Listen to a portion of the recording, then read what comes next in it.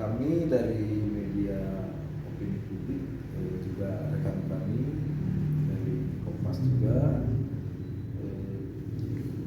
alhamdulillah sudah berada dengan Bapak siapa ya? Saya Hendra, Pak. Bapak Hendra dari bagian? Saya Saksi Ahli Udara di BPS. Nah itu Pak, banyak juga ya masyarakat, kita langsung ngobrol aja ya, yang bertanya sebetulnya BPS itu apa katanya, fungsinya apa gitu kan, banyak yang lewat yang bertanya seperti itu. Barangkali Bapak bisa menjelaskan BPS itu apa? Ya, terima kasih Pak pertanyaannya. BPS itu salah satu instansi pemerintah Pak ya, yang mengumpulkan terkait dengan data ya, atau data statistik gitu. Untuk pelaksanaannya BPS itu ada tiga ya, tiga kegiatan. Ada statistik dasar, statistik khusus, dan statistik sekolah ya. Nah, yang dikerjakan sehari-hari sama BPS itu di statistik dasar Pak. Statistik dasar ya. Statistik dasar itu ada sensus dan ada survei. Nah, untuk kegiatan sensus sendiri itu dilaksanakan setiap 10 tahun sekali. Ya, sekarang sedang berjalan ya, terkait dengan kegiatan sensus ekonomi Pak. Ekonomi, berarti yang sekarang itu lebih mengarah ke usaha ya, ke usaha dan perusahaan gitu Pak. Nah, untuk sensus ekonomi sendiri itu dilaksanakan setiap tahun yang berakhiran 6. Berarti udah berapa kali? Yang kelima Pak sekarang. Yang kelima ya. Mulai dari 86, ya 86, 96, kemudian 2006, 2016 dan sekarang 2026. Ya. Yang mengarahnya lebih ke sekarang ke pendataan kegiatan usaha. Kegiatan usaha. Untuk kegiatan sensus yang lainnya ada sensus penduduk yang berakhiran 0 ya, dan ada sensus pertanian yang berakhiran 3. Itu juga sama setiap 10 tahun sekali. 10 tahun sekali. Yang lainnya ya Pak ya, untuk proses perekrutan yang menyensus itu di Garut sampai berapa orang?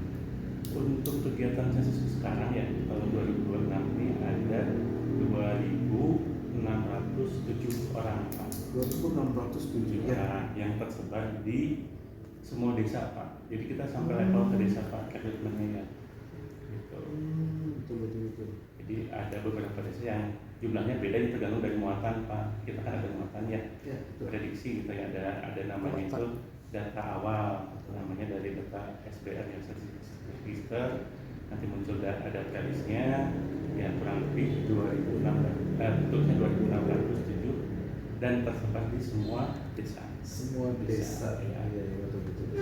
Nah, untuk kendala di lapangan yang sering Bapak ketahui dari mereka itu seperti apa Pak? Banyak sih Pak ya. Banyak kendala di lapangan, mulai dari respondennya ya, dari waktunya juga kan, ketika kita datang ke salah satu responden ya, usaha atau perusahaan kan relatif lebih waktunya agak susah ya Pak ya, jadi harus bolak-balik kan. Ada beberapa di antaranya ketika kita datang ke responden yang ada itu hanya pekerjanya ya, pekerjaan nggak bisa ngasih informasi apapun, sehingga harus menunggu dari pemiliknya atau penanggung jawab yang lebih tinggi gitu Pak ya. Jadi petugas saya bolak-balik datang ke responden tersebut gitu ya. Mungkin itu ada kendala tersendiri ya. Di samping yang lainnya mungkin ada kendala juga terkait dengan beberapa yang penolakan. Cuman sampai saat ini kita berusaha ya untuk meminimalkan itu punya penolakan dengan dibantu dari ketua SLS Pak ya. Kita kan ada namanya tiap daerah itu ada Pak RT. Nah, jadi ketika ada ini kita selesaikan dulu dalam satu RT. Nah, ketika ada penolakan kita minta bantuan ke perangkat yang ada setempat, mulai dari RT, RW. Kalau misalkan masih belum dapat, nanti ke desa ke kelurahan atau ke Pak Camat juga kita minta bantuan terkait dengan penolakan tersebut ya. Ini tuh yang dilakukan di kami Pak. Kita masih berprogres ya Pak ya, masih berjalan sampai hari ini itu sudah 70% kurang lebih 70% ya, kurang lebih ya target pendataannya. Mudah-mudahan di 1 bulan ke depan kita bisa menyelesaikan kekurangannya gitu. Apakah dari hasil sensus sekarang ini akan ada perubahan kira-kira untuk kedepannya untuk masyarakat akan seperti apa nantinya? Tujuan dari sensus ekonomi sekarang ya seperti yang disampaikan sama Bapak Gubernur sebelumnya ya. Nah salah satunya itu untuk menyediakan informasi terkait dengan struktur ekonomi Pak, struktur ekonomi, kemudian menyediakan informasi karakteristik usahanya, ya, usaha besar, menengah, kecil, ya Pak ya.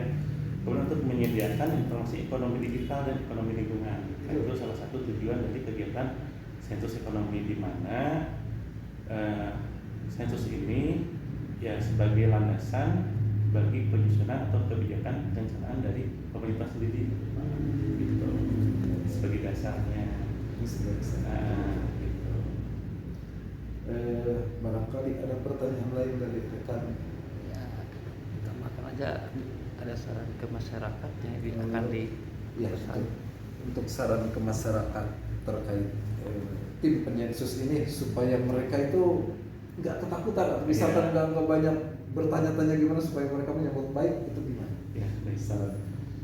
Kebanyakan ya di antara itu ketika kita menanyakan terkait dengan usaha atau perusahaan, kan ditanyakan terkait dengan pendapatannya Pak, pendapatan, kemudian biayanya, biaya operasional segala macam.